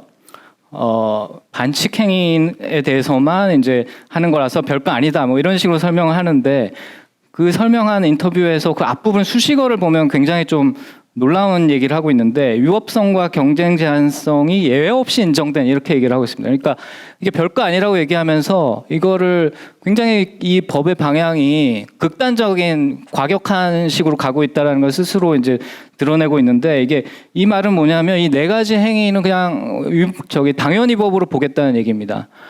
그러니까 이 네 가지 행위는 이제 발제자께서도 아까 설명을 자세히 해주셨지만, 오랫동안 뭐 경쟁법이나 경제학자들이 오랫동안 연구해온 그런 유형의 행위들이고, 경쟁 제한성이 있을 수도 있지만 없을 수도 있는 거기 때문에 위법성도 있을 수도 있고 없을 수도 있는 거기 때문에 전 세계 학자들이 많이 수십 년 동안 연구를 해온 행위들이고요. 그런데 갑자기 공정위가 이거는 당연히 법이다 이렇게 얘기하는 것은 거의 이제 세계 최초로 이제 이런 얘기를 하고 있는 건데, 굉장히 우려스럽고, 더 심각한 문제는 이미 2023년 1월부터 공정위에서 플랫폼 시진남용 심사 지침을 시행 중에 있습니다. 이거는 똑같은 네 가지 행위에 대해서 이제 규제를 하는 건데, 거기는 그 심사 지침의 내용이 다 위법성 판단 어떻게 하겠다 이런 내용이거든요. 그래서 이미 심사 지침에서 위법성 판단을 하고 있는 내용에 대해서 위법성 판단이 갑자기 필요 없다, 이렇게 얘기하니까 스스로 지금 이 심사지침 도입할 때도 굉장히 뭐 공청회도 하고 굉장히 많은 논의를 해서 도입한 건데, 갑자기 이거는 심사지침 지금 하고 있는 것도 사실은 필요 없는 거다 이렇게 얘기를 하고 있으니까 굉장히 좀 뭐 이해가 안 되는 그런 상황이고요. 그다음에 이제 세 번째는, 이거는 제가 개인적으로 되게 심각하다고 생각하는 문제인데, 이 법안이 추진되는 시초가 이제 11월에 대통령께서 비상경제 민생회의에서 수수료 문제를 얘기를 하면서 이제 조치를 취해달라 이렇게 이제 얘기를 하고, 이제 공정위가 그것을 받아서 진행이 되는데, 실제로 이걸 자세히 들여다보면 이 경쟁촉진법 지금 진행되는 게 수수료 인하하고는 별 상관이 없습니다. 그냥 얼핏 보기에는 플랫폼 경쟁이 이제 경쟁 촉진이 될지 안 될지도 사실 잘 모르는 법이긴 한데, 만약 경쟁 촉진이 플랫폼 간 경쟁이 촉진된다 치더라도 이게 수수료 인하하고는 별 상관이 없는 거예요. 이거는 이제 시간 관계상 설명드리기 어렵지만, 플랫폼의 특성이 그렇습니다. 플랫폼 경쟁을 하게 되면 제1차적으로 할인이라든지 뭐 이용자 측면에서는 혜택이 있을 수 있습니다. 뭐 여러 가지 뭐 쿠폰이라든지 뭐 이런 게 되는데, 그게 어디서 나오냐면 다 수수료에서 나오게 돼 있거든요. 그래서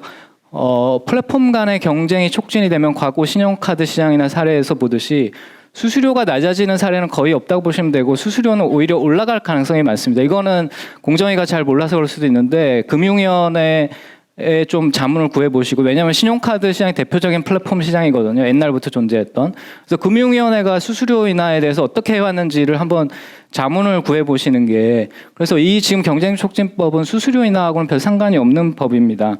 근데 이제 이게 왜 심각하냐면, 대통령 지시사항인데 이게 굉장히 이제 자기 기관의 수건 사업 같은 어떤 권력을 강화하는 그런 것들을 들고 나와서 이제 리패키징한 이런 식이고, 대통령 지시를 좀 무시하는 이런 상황이라서 저는 좀 개인적으로 심각하다라고 보고 있고요.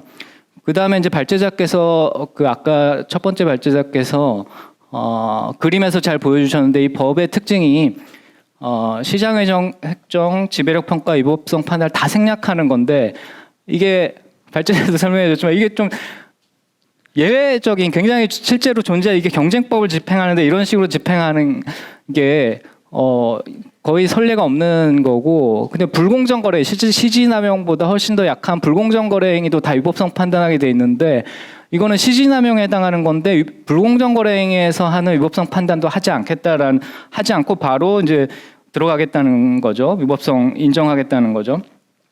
그래서 여기서는 왜 그러냐 하면 자꾸 이제 DMA를 갖고 와서 DMA에서 그렇게 하니까 우리도 하겠다라는 건데, DMA를 잘 읽어보면 저도 이제 굉장히 DMA가 몇십 페이지 되고 굉장히 두껍습니다. 그래서 저도 한 중간까지밖에 못 읽었는데, 잘 읽어보시면 DMA는 경쟁법이 아니라고 명확하게 수차례 얘기하고 있고요. 경쟁법이 아니고 DMA는 경쟁법을 보완하는 법안이다, 이렇게 얘기를 하고 있는데, 공정위는 DMA 얘기를 하면서도 가만히 내용을 들여다보면 그냥 경쟁법의 시지남용을 강화하는 거거든요. 그러니까 DMA랑 사실 완전히 다른 법을 얘기를 하고 있는데, DMA를 가지고 자꾸 이제 근거로 삼으려고 하니까 이제 이거는 좀 약간 호도하는 그런 것이고, 그 DMA를 가져와서 굉장히 좀 괴물 같은 법을 만들려고 한다, 이런 생각이 들고요. 그 다음에 이제 마지막으로 뭐 시간이 좀 넘었을 수 있는데 마지막 한 말씀만 더 드리면, 이런 법을 만들면 저는 이제 근본적으로 공정위가 왜 필요하냐, 공정위가 위원이 9명이고 상임위원이 5명이거든요. 그래서 위원장, 부위원장 빼면 상임위원이 3명입니다. 그러면서 근데 이런 법을 집행하는 규제기관이라면 사실 상임위원들이 그냥 세금 낭비하는 거라고 생각하고요. 왜냐하면 의결이 필요 없습니다. 이거는 그냥 집행하면 되는 거거든요. 그냥 의결을 하더라도 그냥 형식적으로 하는 거지, 상임위원들이 해야 될 일이 아무것도 없습니다. 그러니까 이거는 그냥 이런 식으로 공정위가 가는 거는 그냥 예산 낭비고, 위원회가 존속할 필요가 없다고 생각이 되고, 뭐 조사가 인력 같은 경우도 제 생각에는 우리나라 경찰, 검찰 다음에 공정위가 조사 인력이나 예산을 제일 많이 갖고 있는 기관인 것 같은데, 이런 법을 할 것 같으면 그런 예산이나 인력이 다 필요 없고 한 반의 반 정도라도 충분히 그런 기능을 다 할 수 있을 거라고 생각이 되고, 뭐 하여튼 이런 계기로 해서 뭐 이런 문제까지 다 좀 포함해서 공정위가 과연 지금의 어떤 이런 조직으로 이런 법을 집행하는 게 과연 타당한가, 이런 근본적인 논의도 필요하다라는 생각이 듭니다. 예, 이상입니다. 이 플랫폼법 때문에 저희가 그 플랫폼의 어떤 규제 효과가 과연 이제 국내 업체와 해외 업체에 이제 골고루 영향을 나타낼 수 있느냐, 자칫 이제 우리 토종 플랫폼 기업들의 적절한 성장 타이밍을 놓치는, 그 글로벌 경쟁이 굉장히 무한 경쟁 시대인데 혹시 토종 플랫폼에게 좀 불리한 그런 효과가 없을까, 이게 가장 제가 걱정하는 부분입니다. 그래서 특히 이제 최근에 한번 추세를 보면 요즘 검색에서 네이버 대비 구글의 영향력이 계속 커져가고 있고, 또 음원 스트리밍 같은 경우도 최근에 구글이 멜론을 또 추월했고, 또 여러분 잘 아시겠지만 디지털 광고 시장도 메타나 구글이 굉장히 많이 수익을 증대시키고 있습니다. 커머스 쪽은 여러분 조금 전에 말씀하셨다시피 커머스는 굉장히 무한 경쟁 시대거든요. 쿠팡이 좀 많이 매출 올리고 있는 것처럼 보이지만 실제로 네이버나 또 그 밑에 있는 다수의 업체들이 경쟁하고 있고, 또 해외 업체로 뭐 중국 업체들도 있고 계속해서 시장이 굉장히 오픈되어 있는 그런 시장입니다. 이런 시장인데 우리 지금 토종 플랫폼들은 글로벌리 봤을 때는 굉장히 그 마켓 시어라든지 비중이 굉장히 약하고 시가총액도 굉장히 약하거든요. 그래서 이 토종 플랫폼들이 혹시나 굉장히 역차별 내지는 성장의 타이밍을 놓치지 않을까라는 그런 우려가 굉장히 있다라고 저는 개인적으로 생각합니다. 그래서 저는 개인적으로 최근에 그 여러분 일본에서 아마존이 그 일본의 온라인 쇼핑 시장을 장악한 그런 사례가 있는데, 그래서 아마존이 해외 일본 시장에서 굉장히 잘했지 않습니까? 근데 또 본국인 미국에서 최근에 중국 업체들, 뭐 알리, 테무, 신 이런 업체들 때문에 아마존이 골머리를 앓고 있다는 뉴스도 계속 들리고 있습니다. 그 소위 말해서 무한 경쟁 시대라는 거죠. 이 국경이 없는 시대입니다. 근데 어떤 특정 국가에서의 어떤 규제나 이런 것들이 과연 유효하게 효과를 볼 수 있을까? 굉장히 걱정되는 그런 상황이다 생각하고요. 자사 우대 관련해서는 개인적으로는 우리가 PB가 있잖아요. 근데 PB는 전 세계적으로 아주 통용되는 마케팅 전략입니다. PB는 자사 고객을 충성도를 제고시키기도 하지만 또 차별화시키는 중요한 요소거든요. 근데 한국만 PB에 대한 규제를 할 수 있느냐? 그 굉장히 제가 볼 땐 불가능한 일이라고 생각이 들고요. 그리고 이제 이 PB를 통해서 우리 어떤 그 우리 유통업체들의 아주 경쟁력을 제고시킬 수 있는 좋은 기회이기 때문에 이 부분에 대해서 굉장히 민감하게 우리가 볼 필요가 있다. 끼어 팔기 관련해서 개인적으로는 끼어 팔기가 여러분 그 연계 부가 서비스하고는 다르다라고 보입니다. 끼어 팔기는 소위 말해서 이제 시장 지배력을 가지고 뭔가 시장을 다른 시장을 공략하는 침범하는 그런 거라면은 부가 연계 서비스는 굉장히 합법적이고 차별화를 위한 그리고 새로운 시장을 만들기 위해서 여러분 번들 상품, 뭐 결합 상품, 뭐 제조 서비스 결합 상품 굉장히 많은 것들이 있지 않습니까? 이렇게 시장이 굉장히 빨리 변하고 있기 때문에 이 시장에서 끼어 팔기를 잘못 적용하면 그 경계를 우리가 찾기가 굉장히 힘들다라는 생각이 듭니다. 그래서 그 부분을 우리가 조심해서 해야 되고 특히 저는 개인적으로 국내 시장에서 이제 이 구글이 이 음원 스트리밍 쪽으로 이렇게 유튜브 뮤직을 이용해서 그렇게 시장을 장악했고 또 그 앞에는 인앱 결제 시장에서도 인앱 결제 강제해 가지고 시장을 또 굉장히 수익성을 제고시켰고 이런 것들은 경계해야 된다고 생각합니다. 그게 어떻게 보면은 굉장히 그 시장 지배력을 좀 남용한 측면이 좀 보인다는 거죠. 그렇지만 이거하고 우리가 말하는 소위 말해서 연계 서비스하고는 완전히 다른 겁니다. 우리 지금 네이버가 구글의 공격을 받으면 어떻게 됩니까? 네이버는 적극적으로 컨텐츠니 뭐 금융 상품이니 뭐 그럼 다른 서비스로 계속 나가야 됩니다. 그렇지 않으면 시장이 줄어들어서 이제 생존할 수가 없죠. 그런 거기 때문에 이걸 구분해서 볼 필요가 있다라는 그런 생각이 좀 들고요. 그다음에 이제 이 통상 이슈가 계속 이제 벌어질 가능성이 많은데 오늘 아침에 제가 뉴스를 보니까 미 상공회의소에서 뭐 공식적으로 이 법에 대해서 반대한다는 그런 뭐 성명을 29일 날 발표한 걸 봤습니다. 뿐만 아니라 미 행정부와 이런 쪽에서도 아주 예민하게 이 법을 좀 주시하고 있는 것 같습니다. 중국도 마찬가지겠죠. 그래서 향후에 이게 이제 무역 갈등 이런 거의 소지가 굉장히 있기 때문에 이거에 대해서는 뭐 이거는 뭐 산업부나 이런 쪽에서 해결하면 되겠지. 절대 그렇지 않습니다. 거기 산업부에서 할 수 있는 역량이 있고 한계가 있습니다. 이거 종합적으로 봐야 되고 상호주의이기 때문에 이 부분은 굉장히 면밀하게 볼 필요가 있겠다는 생각이 들고요. 마지막으로 제가 시간 지키려고 굉장히 빨리 지금 하고 있습니다. 대형 플랫폼하고 이 소위 말해서 스타트업 소상공인하고의 관계를 좀 봐야 되는데 제가 이제 중기부 의견을 좀 들어봤어요. 중기부 의견 들어보니까 우리는 뭐 소상공인이나 창업 스타트업은 사실 플랫폼하고 뗄래야 뗄 수 없는 지금 상황이 됐어요. 원래는 대형 플랫폼이나 대형 유통업체들이 소상공인하고 경쟁이다. 나는 소상공인 입지를 줄인다고 생각했지만은 지금은 이미 시장이 그렇지 않거든요. 많은 소상공인들이 대형 플랫폼에서 영업을 하고 있고 새로운 활로를 찾고 있고 또 스타트업들은 대형 토종 플랫폼들하고 같이 그 비즈니스를 하지 않으면 초기 시장에서 생존하기 어렵고 그래서 이미 시장은 이렇게 돌아가고 있습니다.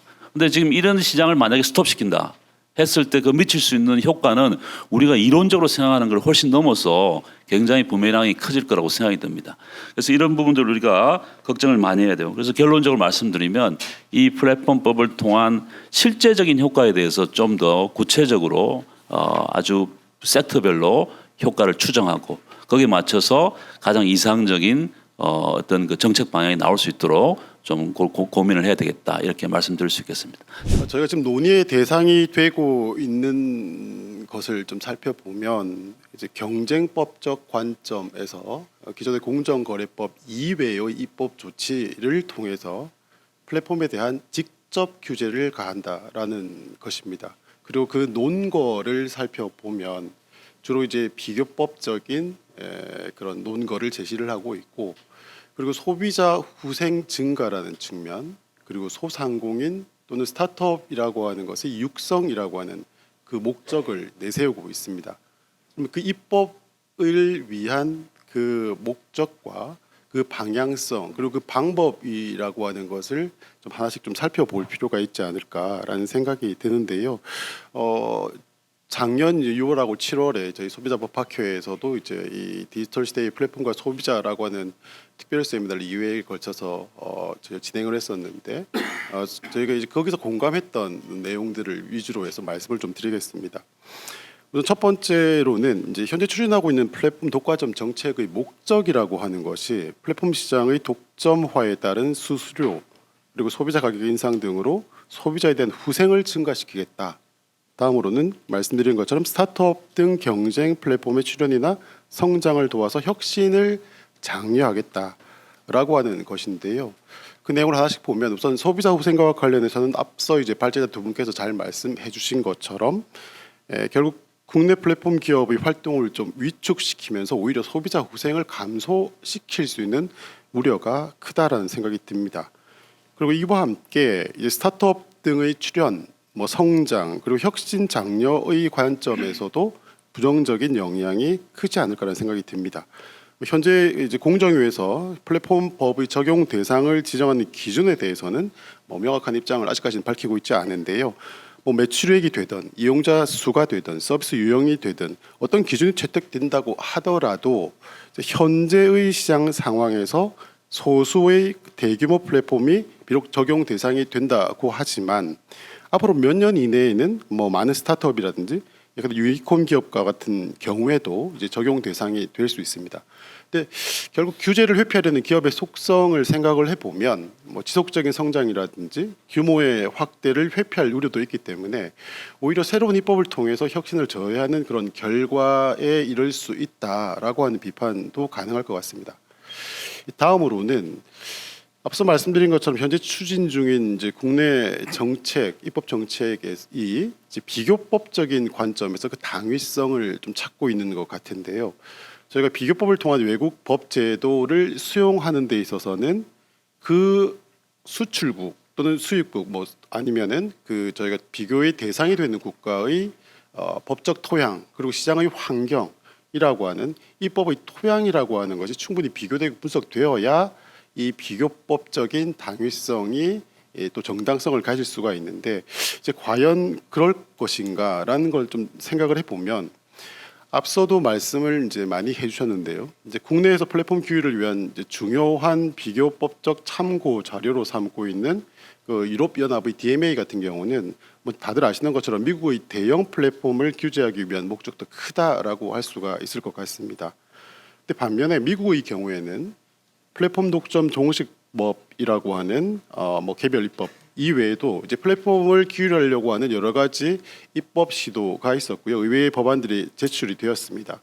근데 그 법안들이 결국 폐기된 배경을 살펴보면 규제 대상이 불명확하다. 그리고 기존의 경쟁법과 별도의 플랫폼 규제 입법이 필요한지에 대한 추가적인 또는 충분한 분석이 부족하다. 그리고 과도한 국내의 즉 미국이죠. 미국의 온라인 플랫폼 규제는 소산업의 성장과 혁신을 저해할 수 있다.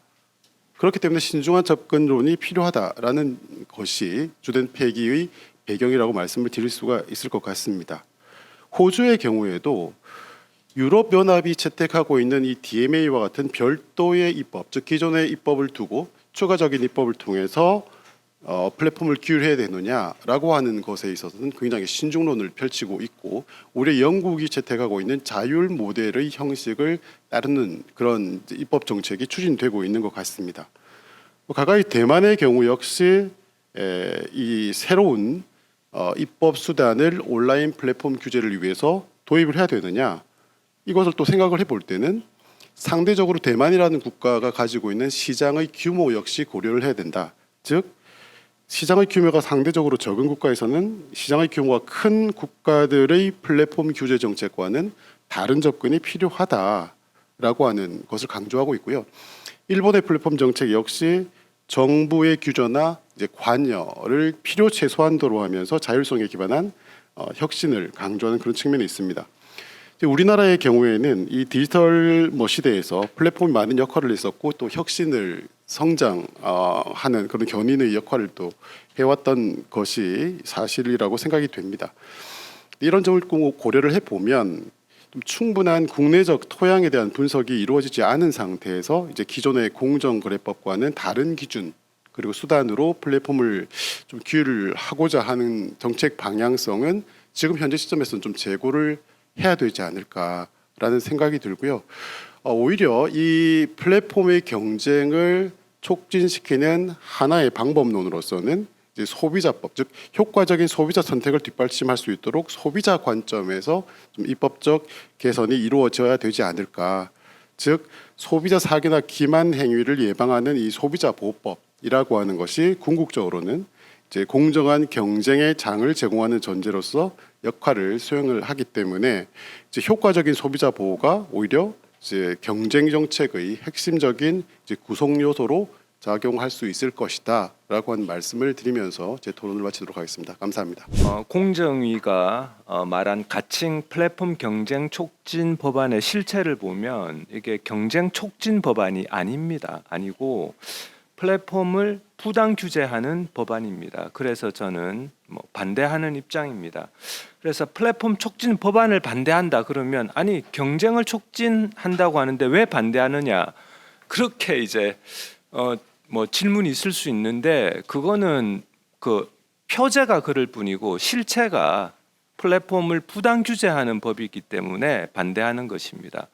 그래서 저는 이 플랫폼 경쟁 촉진 법안 이 제목 자체가 상당히 언어 왜곡을 불러일으키고 일반 대중을 미슬리딩 한다. 이 점을 먼저 지적하고 싶습니다. 그래서 저는 이 법안은 플랫폼 부당 규제 법안이다. 그래서 반대한다는 입장을 그런 입장입니다. 그래서 이거는 플랫폼 생태계를 훼손할 뿐만 아니라 결과적으로 당연히 소비자 후생도 저해할 법안이다. 그래서 이제 반대하고요.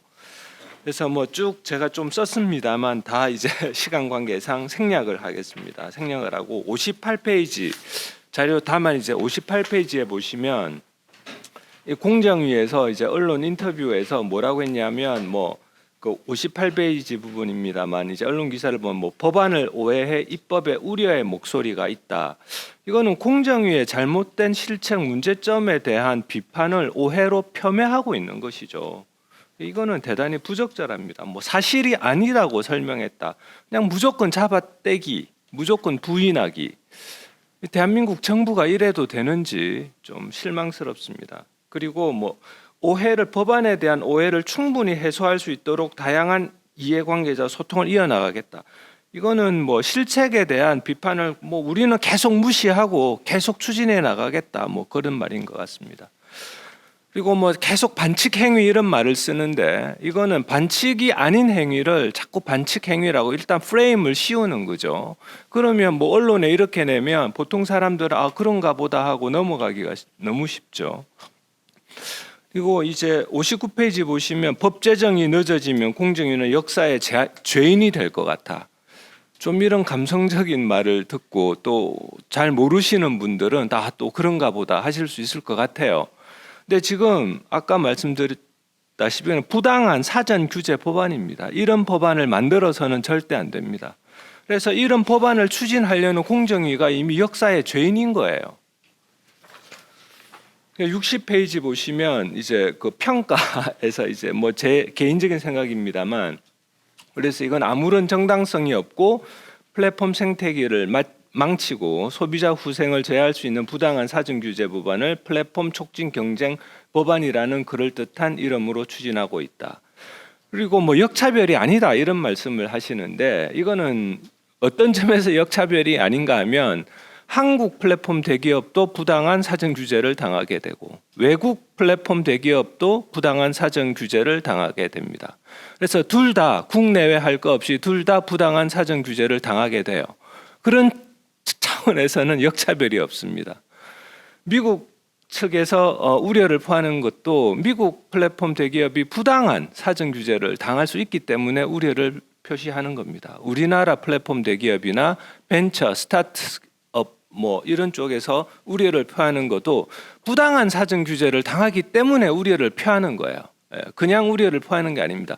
그런데 공정위가 그리고 학자들도 많은 비판을 해왔습니다. 이미 몇 년 전부터 이런 거 만들면 안 된다고 수차례 논문도 많이 썼고 학술 대회에서 발표도 많이 썼고 이걸 다 무시하는 거예요. 공정위가 너무 좀 오만하고 좀 거만해진 게 아닌가 공정위가 그런 생각이 듭니다. 그리고 국민의 눈과 귀를 가리고 언어를 왜곡해서 여론을 오도하는 이런 행태가 과연 선진민주공화국 정부로서 할 일인가 좀 문제 의식을 갖게 됩니다. 그래서 끝으로 61페이지에 플랫폼 혁신을 걱정할 게 아니라 공정위 자체에 대한 혁신이 시급하다고 생각합니다. 예, 이상으로 마치겠습니다. 저도 이제 쭉 그 온풀법에 대해서 쭉 이제 생각해 보는 게 의원실 찾아가서도 많이도 얘기하고 그러는데요. 왜 이 법을 그 공정위가 왜 만들었는지 막 그런 생각이 제일 먼저 들어요. 왜 그러냐면은 이제 그 오늘 뭐 발제도 해주셨지만은 소비자 후생에 도움이 안 되고 그다음에 플랫폼 입점 사업자 협회에서도 이 법에 대해서 자기네들 입점 판매하는 데 있어서 영향을 준다 그렇게 강력하게 얘기를 하고 있고 그다음에 또 우리 업계에서 봤을 때도 이 글로벌 쇼핑 시대에 있어서 왜 우리만 이거 족쇄를 채워가지고 경쟁력을 떨어뜨려서 외국계 기업한테 우리 시장을 내줘야 되는 이런 법을 만들려고 하느냐? 왜 만들려고 하냐? 그럼 뭐 공정위를 위해서 만드는 건가? 공정위가 국민을 위해서 있는 단체인데 왜 그러는가? 뭐 항상 그 의구심을 가지면서 내 의원님들한테 항상 얘기를 하고 있습니다. 그래서 우리 오늘 과장님께서 참석을 해주셨는데요. 어쨌든 이 공정위가 국민을 위해서 이 법을 잘 만들어서 우리 기업들이 외국계 기업들하고 경쟁을 하는 시대에 있어서 우리 기업들이 잘 경쟁을 이겨내서 우리 기업들이 행복해지고 국민들이 행복해질 수 있도록 이런 정책을 먼저 펴주었으면 좋겠다라는 말씀을 먼저 드리고요. 이제 보니까 이제 복리후생 측면에 봤을 때 2019년 미국 그 국립과학원에서 이제 발표한 데이터인데요. 이게 1인당 그 국민들 그 복리후생에서 느끼는 그 수치를 이제 데이터화를 시켰는데 이게 이제 검색 서비스 쪽에서는 17,500달러의 뭐 경제적 효과를 가져가고 있고 그다음에 지도 서비스에서는 3,650달러 그다음에 우리가 많이 이용하고 있는 온라인 쇼핑 쪽에서는 840달러의 효과를 가져가고 있고 또 소셜 미디어 쪽에서 320달러의 효과를 가져가고 있다고 합니다. 우리 온라인 플랫폼을 통해서 이제 국민들이 이제 경제적 그 효용을 느끼는 것들이 이런 경제적 효용을 엄청 그 이제 느끼면서 우리 국민들한테 행복하게 해주는 이 비즈니스 모델을 정부에서는 이제 규제를 하겠다 이렇게 이제 규제의 칼날로 이제 들이대고 있어가지고 굉장히 이제 소비자들 입장과 우리 기업 입장에서 굉장히 지금 염려를 하고 있다는 말씀을 좀 드리겠고요. 그다음에 이제 그 규제 도입 관련돼서 이렇게 조금 더 구체적으로 한번 살펴보면은 일단 이제 규제 도입을 해서 플랫폼 서비스 사업자들은 이제 사전 지정이 되게 되면은 이제 경영상에 어차피 위축을 가져올 수밖에 없는 부분들인데요. 우리가 상간벽지에 뭐 대표적으로 이제 계시는 분들이 이제 소비자들 입장에서 우리 혁신적인 그 배송 시스템에 의해 가지고 그 엄청난 이제 경제적인 그 효용 가치를 누리면서 아주 잘 행복하게 사시는 분들인데 이런 부분들이 이제 규제가 들어오면은 기업들 입장에서는 제대로 이 배달 서비스하는 부분 쪽에서 이제 위축이 가져갈 수밖에 없는 부분들이 이제 발생이 될 수밖에 없고 그다음에 뭐 끼어 팔기 관련돼서도 이제 각 플랫폼별로 이제 간편 결제 서비스가 진행이 되고 있는데 이것도 이제 소비자들한테 혜택을 주는 부분들인데 이 부분도 위축이 될 수밖에 없고 그다음에 이제 또 뭐 멤버십 관련돼서도 얘기를 해주셨는데 멤버십 관련돼서도 이제 그 여러 무료 간편 서비스들을 이제 우리가 멤버십에 관련된 회원들한테 쭉 제공해 주는 부분들이 있고 그다음에 쿠폰도 할인해 주는 부분들이 있는데 이런 부분들도 다 그냥 이제 소비자 복리 후생 차원에서 다 이제 기업들이 제대로 이제 제공을 못 하니까 문제가 되는 부분들이 발생이 되고 있거든요. 그래서 이런 부분에 크게 문제가 있다. 그다음에 이제 둘째 해외 플랫폼의 독과점에 따른 소비자 피해가 이제 심화될 수가 있다는 얘기입니다. 그래서 공정위 입장에서는 이제 해외 플랫폼 사업자들에서 뭐 충분히 집행할 수 있다 그러지만 모든 부분들이 뭐 학계에 계신 분들도 다 업계에 계신 분들도 다 염려하고 있어요. 실제 집행력이 미칠 수 없다라는 부분들을 갖고 있는 부분들인데 최근에 이제 뭐 언론을 통해서 여러분들이 잘 접하고 계시는 부분들이지만 해외 플랫폼 이제 우리 쇼핑 쪽 관련돼서는 중국의 알리와 테무가 우리 시장을 과거 오프라인 시장에서는 시장 침투력이 굉장히 약했는데 지금 온라인 시장에서는 침투력이 너무 급속하게 진행이 되고 있어요. 그래서 이런 부분들에 대해서 우리 국내 기업들은 규제에 발목을 묶어놓고 얘네들은 우리 이제 온라인 관련돼서 한 60개 법률들이 이제 규제를 받고 있거든요. 이 규제에 다 벗어나서 자유롭게 뭐 사업할 수 있는 영역이 되고 그 다음에 또 중요한 게 우리 이제 중국의 플랫폼에 입점해 있는 중국의 제조업체들은 이제 그 자기네들 제품들 한국 시장에 이제 잘 팔 수 있는 기회가 되니까 이제 그쪽 입장에서 아주 이제 산업 부흥에 이제 유리한 부분을 가져가지만은 우리나라 이제 제조업체들은 설탕이 없어져요. 제조업체들이 무너진다는 얘기는 산업 전반에 이제 영향을 준다는 부분들이거든요. 그래서 이제 산업 전반에 영향을 주고 그다음에 IT 업계 같은 경우에도 일본 같은 경우에도 이제 아마존 재팬이 시장을 독식하다 보니까 IT 기업들이 성장을 제대로 못 하고 있습니다. 그래서 우리나라 같은 경우에도 온라인 쪽이 이 산업이 활성화돼야 IT에서 개발된 그 솔루션들이 잘 그 이용을 할 수 있으면서 IT도 같이 발전하는 부분들이 있는데 이런 부분들에 악영향을 미치면서 어쨌든 제일 중요한 게 이런 요인들이 있지만 이제 가장 중요한 게 있잖아요. 그 고용에 엄청난 타격을 준다는 거예요. 제조업체가 무너지고 IT 무너지고 유통업체들이 이제 온오프라인 다 무너지기 때문에 그래서 이것은 우리가 관계 당국에서 충분한 검토를 해서 법을 제정을 해야 되고 그다음에 저희는 법 제정에서 절대적으로 반대하는 입장이 되겠습니다. 그다음에 그 마무리 부탁드리겠습니다. 그래요 이제 예. 그래서 우리나라가 어쨌든 이제 온라인 쇼핑이 세계에서 제일 발달이 된 나라로서 국민들이 아주 빠른 배송 부분하고 그 다음에 또 생활과 밀접된 오토 부분들이 잘 발달이 돼 있어 잘 우리 국민들이 이제 이용을 하고 계시는데요. 현재 어쨌든 공정위가 이런 산업 현실을 좀 무시하고 법 제정을 추진하는 건 절대 안 된다는 말씀을 드리면서 마지막으로 이제 그래서 법에 대해서는 분명히 그 철저하게 이제 재검토가 필요하는 부분이고 저는 마지막으로 이제 어쨌든 글로벌 그 쇼핑 경쟁 시대에 있어서 그 세계 각국은 자국의 그 플랫폼을 육성 지원해주고 있는데 우리나라는 규제를 해가지고 발목을 지금 자꾸만 잡으려고 하거든요. 그래서 저는 플랫폼 제정에 대해서 절대 반대하고 산자부에서 나왔지만은 이 테무와 알리익스프레스에 대한 그 어떤 그 규제책을 민관하고 같이 협조를 해서 협의체를 만들어 가지고 대응책을 좀 마련을 해달라 하는 부분이 되겠습니다. 예, 이상 마치겠습니다.